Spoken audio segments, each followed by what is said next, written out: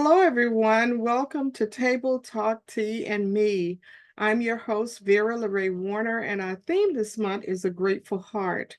Our guest today is Sandie Myers, and she is from Columbia, South Carolina. Hi, Sandie. How are you? And welcome. I'm fine. Good afternoon. Bye. Okay. All right. Sandie and I met some years ago when we were both members of the Agape Worship Center in Columbia, South Carolina. And here we are years later as God has seen fit to connect us heart to heart. And before we get started today, I want to just take the time to read a passage of scripture. And it comes from Psalm 139, verses 13 through 14. And what it says is, "For you formed my inward parts, you knitted me together in my mother's womb. I praise you, for I am fearfully and wonderfully made. Wonderful are your works. My soul knows it very well." And recently I read a quote by a lady by the name of Lori Stanley Rodvell. And this is what she said: "To be fearfully and wonderfully made includes every person from the womb to the tomb as human beings who bear the image of God. Each of us began with God, was uniquely designed by God, is made in his image, and is assigned to our times. His eye is on us."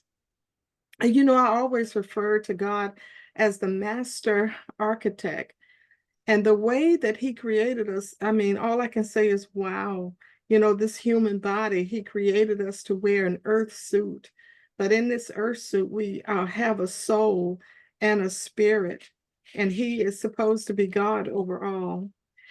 And when I was doing a little bit of research concerning Sandie's testimony, what I found are some key little, I want to call them key little references or things, facts about the human heart. The average heart is the size of a fist in an adult. That to me, that's not very big. It's quite small. But the heart can beat about 115,000 times a day. Isn't that something? Your heart beats about 2,000 gallons of blood each day.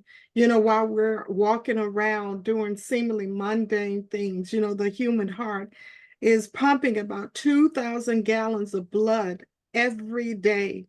The heart has an electrical system that controls its rhythm. It's called the cardiac conduction system. God is so perfect and so holy and so creative. And, I can't even fathom how he put every little piece of us together. And it works. When it works well, it works well. And the heart can continue to beat even when it's disconnected from the body. Did you know that? And the first open heart surgery occurred back way in the 1800s, 1893. And it was performed by a man by the name of doctor by the name of Daniel Hell Williams, who happened to be one of the few Black cardiologists in the United States during that time. And I thought that was remarkable. But we want to talk about Sandie, and she's referred to as Lady Miracle. And that's what I like to call her, Lady Miracle, because truly she is a miracle. Her life, the fact that she's still sitting with us today, is a miracle. And it was on October 25th, 2017, she was diagnosed with congestive heart failure. I'm sorry. And her story truly is remarkable. Shall I say her testimony is remarkable. Her diagnosis went from being a death sentence to a miracle, and she is alive today to tell it. And I want to once again welcome you, Lady Miracle. We are so blessed that you agreed to come and share your story with the world. Now, let's get into the questions so that we can hear your testimony. On October 25th, as I said before, you were diagnosed with congestive heart failure. First, Sandie, what did you discover about congestive heart failure? Did you know what it was? Can you explain that to us in layman's terms before you were diagnosed? Had you heard of that before? Did you know what it was? Yes, I did. I've heard on a number of occasions about congestive heart failure from different people. Some people didn't make it because of their heart problem. But with me, I was born with a hole in my heart. Mm-hmm. So it had to be something that was generic. Mm-hmm. But to the doctor, it was just a mystery. So they wanted to put me on medication to regulate my heart. I did that for several years. But on October the 25th of 2017, it was just a typical morning. I went in for a checkup, and the doctor came back and he told me, he said, no, your heart is not getting, it's not getting better. Wow. And he told me, he was like, there's nothing that we can really do for you but to see a specialist. So I immediately called my husband, Ken, and Mm-hmm. he came to the hospital that I was at, and it was just a very sad day for Okay. me. Okay, and you said that it was genetic. When do you remember them telling you you had a hole in your heart when you were born? Was it something that you had lived with, you knew all your life, or was it something that you found out later on that your mom told you? How did you find out about that? Well, I was born with a hole in my heart, and during that time, they identified as a heart murmur, is what I Mhm. had. Okay. So my mom, she took me back and forth to the doctor, and what I can say, it was just I was fine. Mm-hmm. I was not on no medicine. Mm-hmm. They just loved me, Mm-hmm. if something might happen Mm-hmm. tragically, but it didn't. Mm-hmm. Mm-hmm. And being that my mother had some, I can say, some demons, and she Mm-hmm. was young. She was a teenager when she had me, Okay. 17. Okay. Mm-hmm. So I don't know what exactly transpired to that. So I don't know. Okay. Now, when you received this prognosis, on the 25th of October, yeah, I know you called Kenny, you called your husband and you told him, and I can't even imagine what all he went through hearing that news. Um, but what about your daughters? Did you tell them right away or what? Did you decide to wait as a couple? What? Uh, um, my husband went and got my girls. They was at school. He Mm-hmm. went and got the girls, and the girls came home. I can only remember that day. My daughter Candace came upstairs. She threw her backpack across Mm-hmm. the room, her boots across the room, Mm-hmm. and we just cried. We just cried. Me and my daughter, me and Candace, we just hugged each other. Brittany, I don't remember exactly what Brittany did. I Mm-hmm. just know what Candace did. Candace just threw her backpack one place and her shoes the other, on the corner, and we Mm-hmm. just cried. Yeah. And after we composed ourselves, I called the rest of my family, and I called my cousin Serena. And the next thing I knew is that she came over, her and her husband came over, and we just prayed. Now Mm-hmm. with Brittany, she just asked a bunch of questions. She was like, "Is my mom gonna die?" And my cousin Mm-hmm. Serena said, "No, your mom is not gonna die because of her faith. Her faith Mm-hmm. is with her. She's leaning on that." Okay. All And right. that's the only thing I can do was just pray. We Mm-hmm. just went into a prayer. Mm-hmm. You went into prayer mode, huh? Yes, that's what we did as a family. We just went Uh-huh. and we You, cried, we hugged, we mm-hmm. cried, Mm-hmm. but my faith was very strong. Uh-huh. Okay.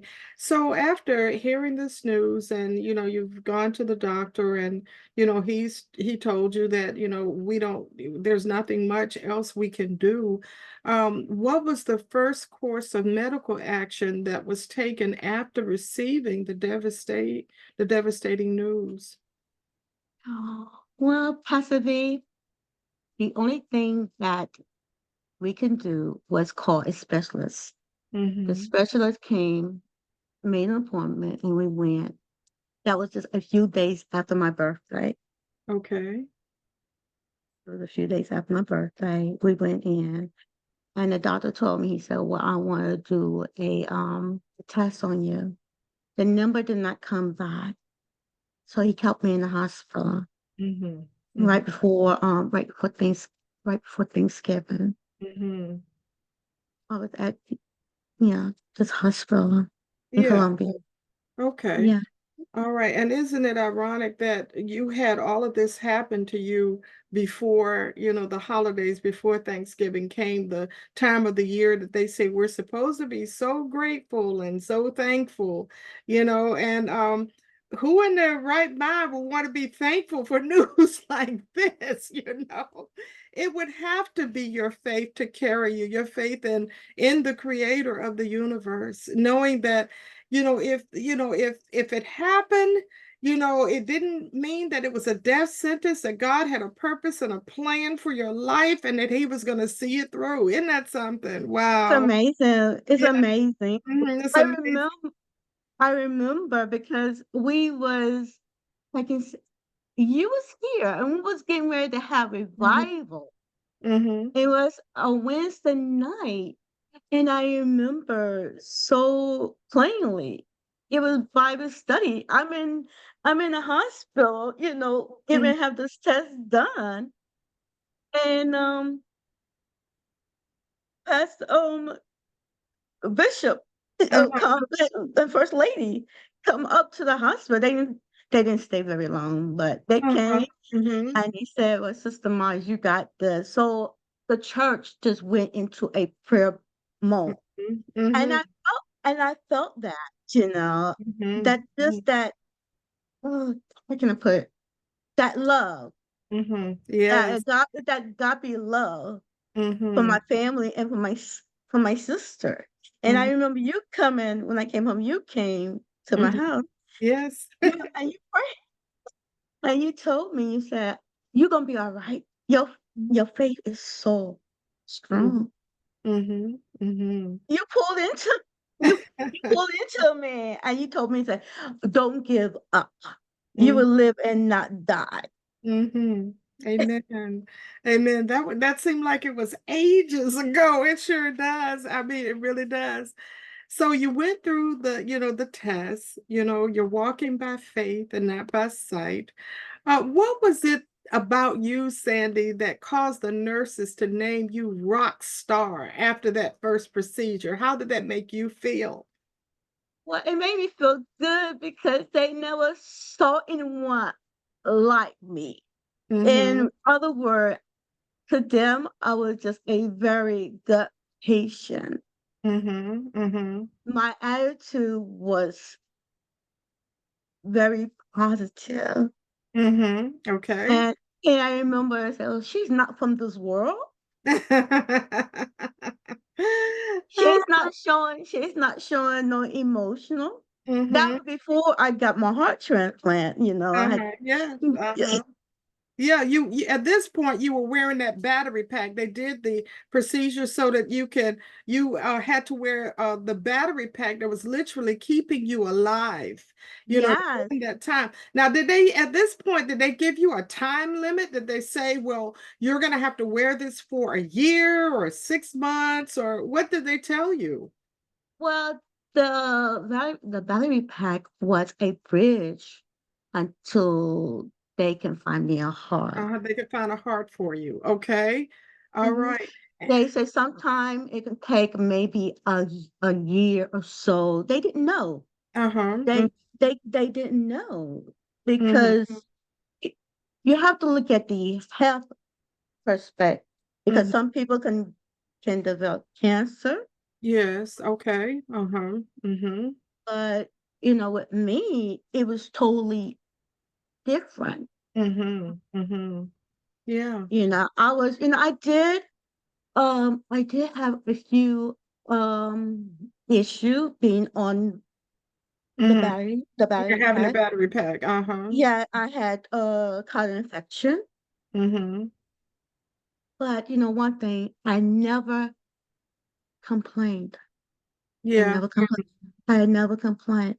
Now that's a And miracle in itself. You know, because the natural thing to do the natural thing to do, a lot of people will say, God, why am I here? God, why did that happen to me? You know, what did I do that was so wrong that I deserved this? But you never complain. You never questioned God. You know, you just allowed Him to carry you through this.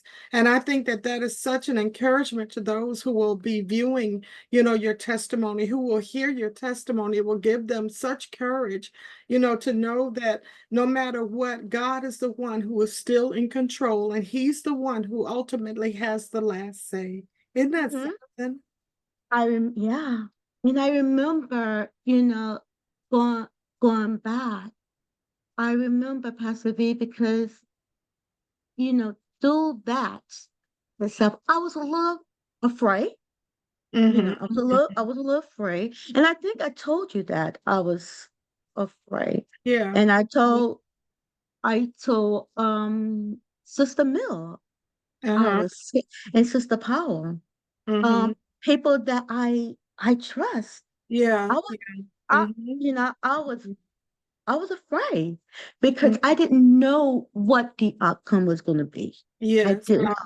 Mm-hmm. But the only thing I remember the encouraging word from my family and from the church family was to keep on praying. Yes. Uh-huh. Mm-hmm. Yeah. Always pray because prayer changes everything. It sure does. And prayer, you know, that speaking to God, you know, and prayer, you know, sometimes I think we try to make prayer this grandiose thing, but prayer is just speaking to God from your heart and talking to Him. You know, there's no rule or rhyme, you know, whereas, you know, God, if I just say the right prayer, if I just speak the right words, and sometimes we don't have the quote unquote right words, you know, and all we can do is allow God to minister to us. Sometimes He just says, "Be still," you know, and you just have to lie there or walk and or sit or, you know, whatever it is you're doing. And, you know, I just say, God, no matter what, I solidly trust in you. And I believe that was the point that you were at, especially when you were wearing that battery pack. Now, how assured were you that you would receive a donor heart? You know, because it has to be just the right heart, you know, and then you have to, once you receive the heart, then there's another hurdle because you have to make sure that they have to make sure that your body would accept the heart, that there would be no repercussions. So how assured were you that you would receive a heart? Um, Again, I would just say my faith. Mm-hmm. I just pray, you Mm-hmm. know. Yeah, you just pray. I just trust God. Mm-hmm. I Yeah. trust God. I didn't expect it to happen so quickly, Yeah. like it Yes. did. Yes. Because you're Absolutely. talking about from January Mm-hmm. of 2018 until May 1st Mm-hmm. of 2019.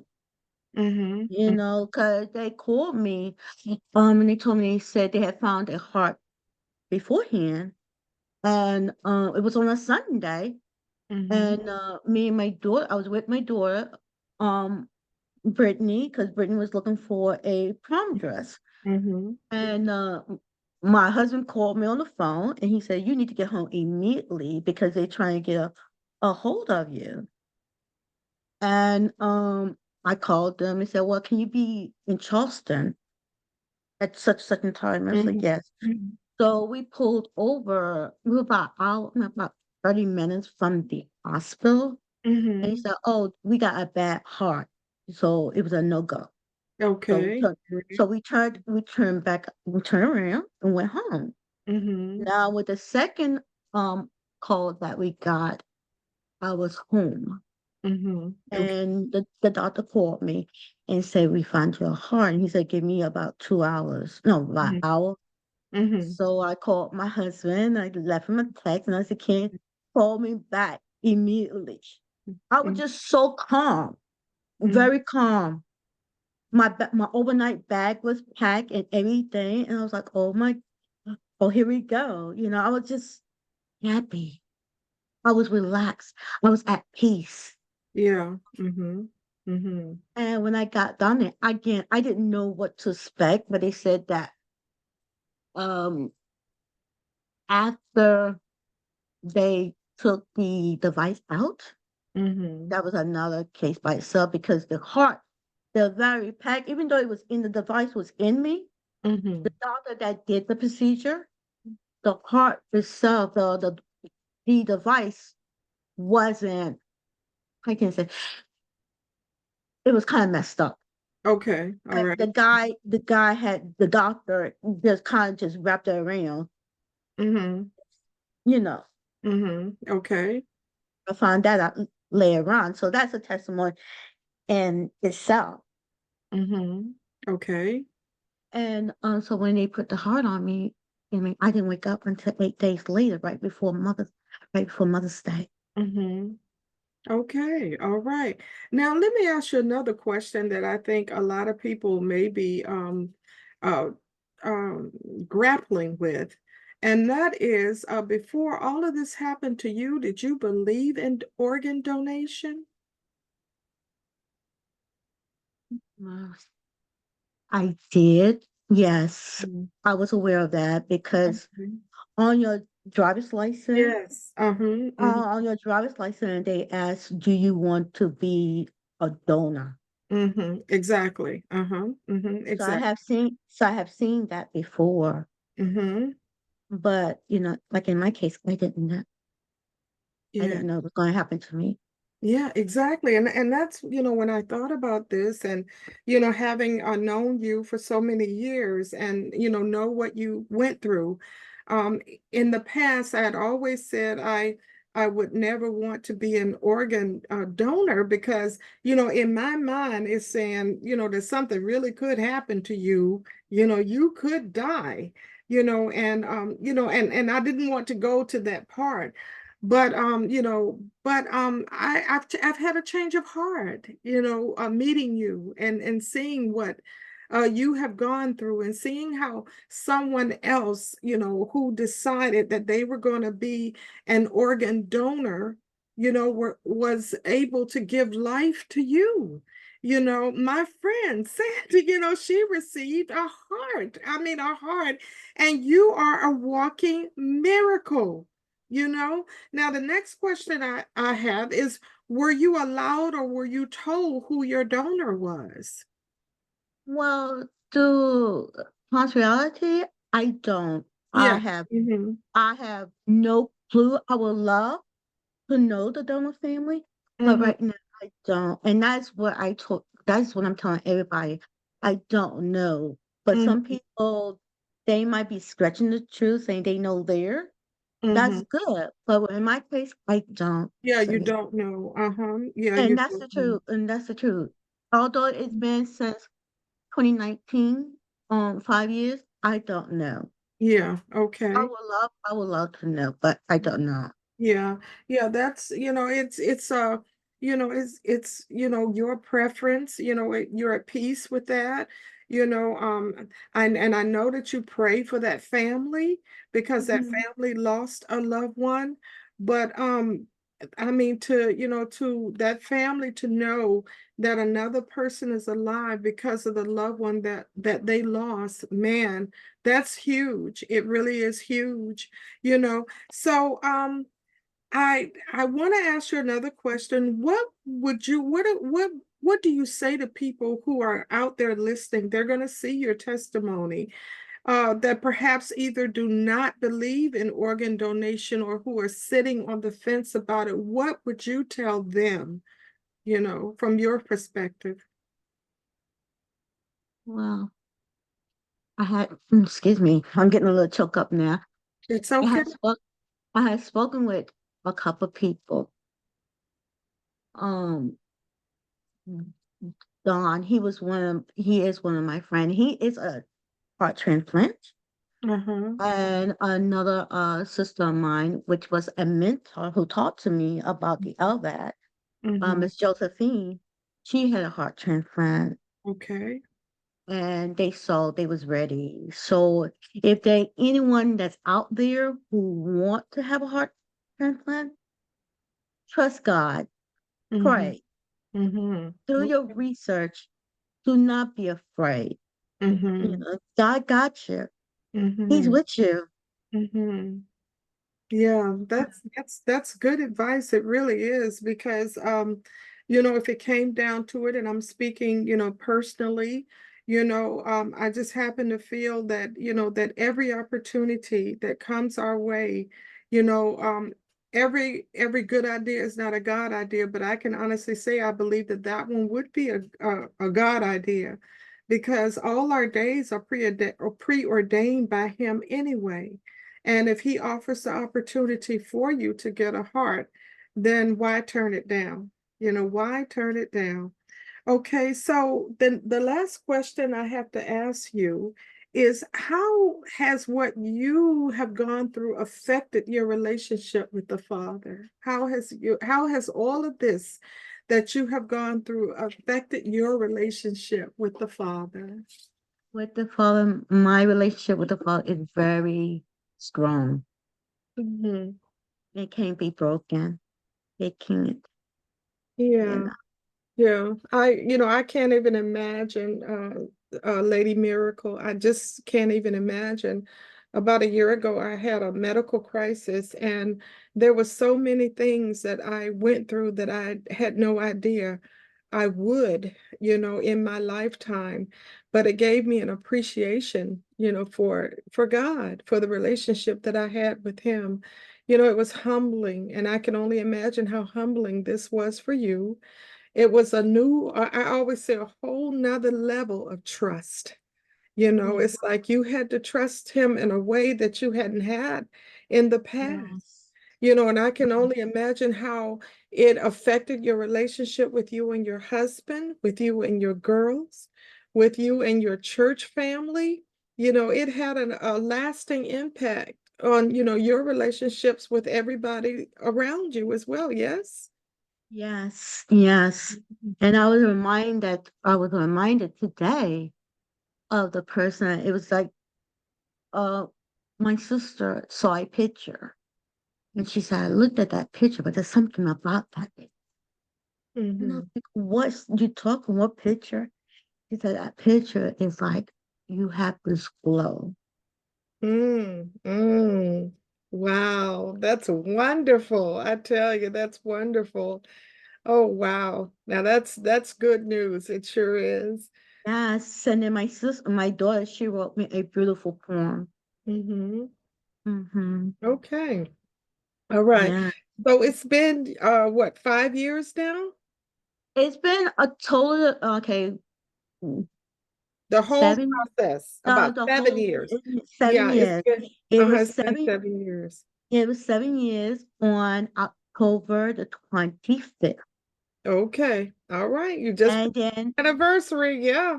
yes, and then God worked. Then on this past weekend, Saturday, I graduated Yes, you did. You graduated from college. You got your associate's degree. And what was it in, Sandy?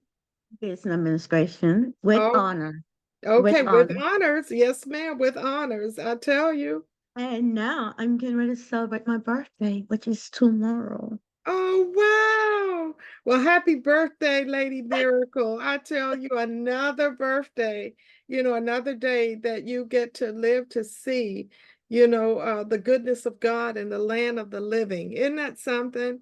Knowing Yeah. that even if you did not, you would still be in the presence of the Lord. So I thank God for that. And I want to thank you so much for taking the time to come and tell us your story. It's not Mhm. many people that I have met. There's only one other person that I have met that had a heart transplant, and she was a joy, and so are you. And so I want to thank you on behalf of In His Image Global Network for coming on and telling us your story. Yes, you are a walking miracle. And yes, you deserve that title, Lady Miracle. And they will be calling you that until Jesus calls you home. I tell you, you are a walking miracle. And so is there any last thing that you would like to say to the people who are listening today? Well, to the people who tune in, you're just gonna be amazed. And I just hope I inspire you guys, everyone. Yes, yes, absolutely. And I can hardly wait to see what God is going to do next with your life because I'm a firm believer that, God, he's a purposeful God. He doesn't do anything haphazardly. He can be trusted. He does great and mighty things, and it remains to be seen what he has for you next. I'm looking Yes. for the next, I tell you. So you be encouraged and thank you so much. And, Mm, to the listening audience today or this evening, because this will be viewed on YouTube and we will send it out, I would encourage you to continue to trust in the Lord and to lean not to your own understanding. And in all your ways, acknowledge him, and he will direct your paths. That's a promise that he has given yes. us. He is still the healer. He is still Jehovah Rapha. He is still the God that healeth thee. He is still the one who mends us and repairs us and makes us whole again. He's the one that created that heart that beats all of those you know, all of that blood during the daytime. And he's the one who sets things in order. So I speak blessings over you, Lady Miracle. I pray that you will continue to walk in the way of the Lord, that you will continue to be encouraged and not discouraged, that you will continue to always honor God with your life, your very heartbeat, that every time your heart beats, that it would be praise unto the Lord for the life for the time, for the life that he's giving you here on planet Earth. Because there is a promise, the precious promises that, that God expects us to stand on.